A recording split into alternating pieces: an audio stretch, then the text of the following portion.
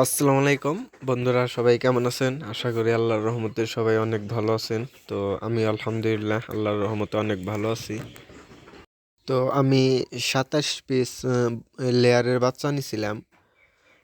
এটির বয়স এখন হয়েছে আপনার 2 মাস 15 থেকে 20 দিনের মতো, সঠিক আমার মনে নাই।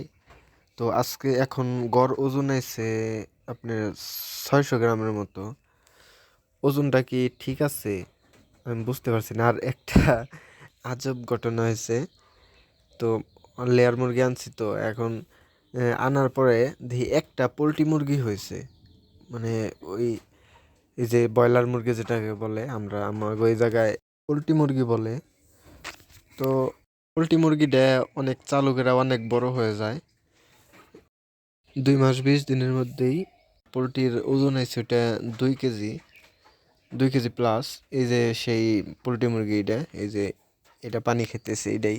তো আমার কিছুটা লস হয়ে যায়, কারণ আমি 27 পিস বাচ্চা আনছিলাম। 27 পিস বাচ্চা থেকে আমার ভুলের কারণেই আপনি 10টা বাচ্চা বেজি বেজি যেটাকে বলে বেজিতে নিয়ে যায়।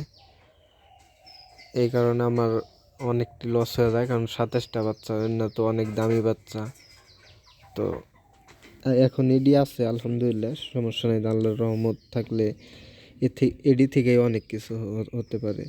ভিডিওটা ভালো লাগলে লাইক করবেন আর কমেন্ট করবেন।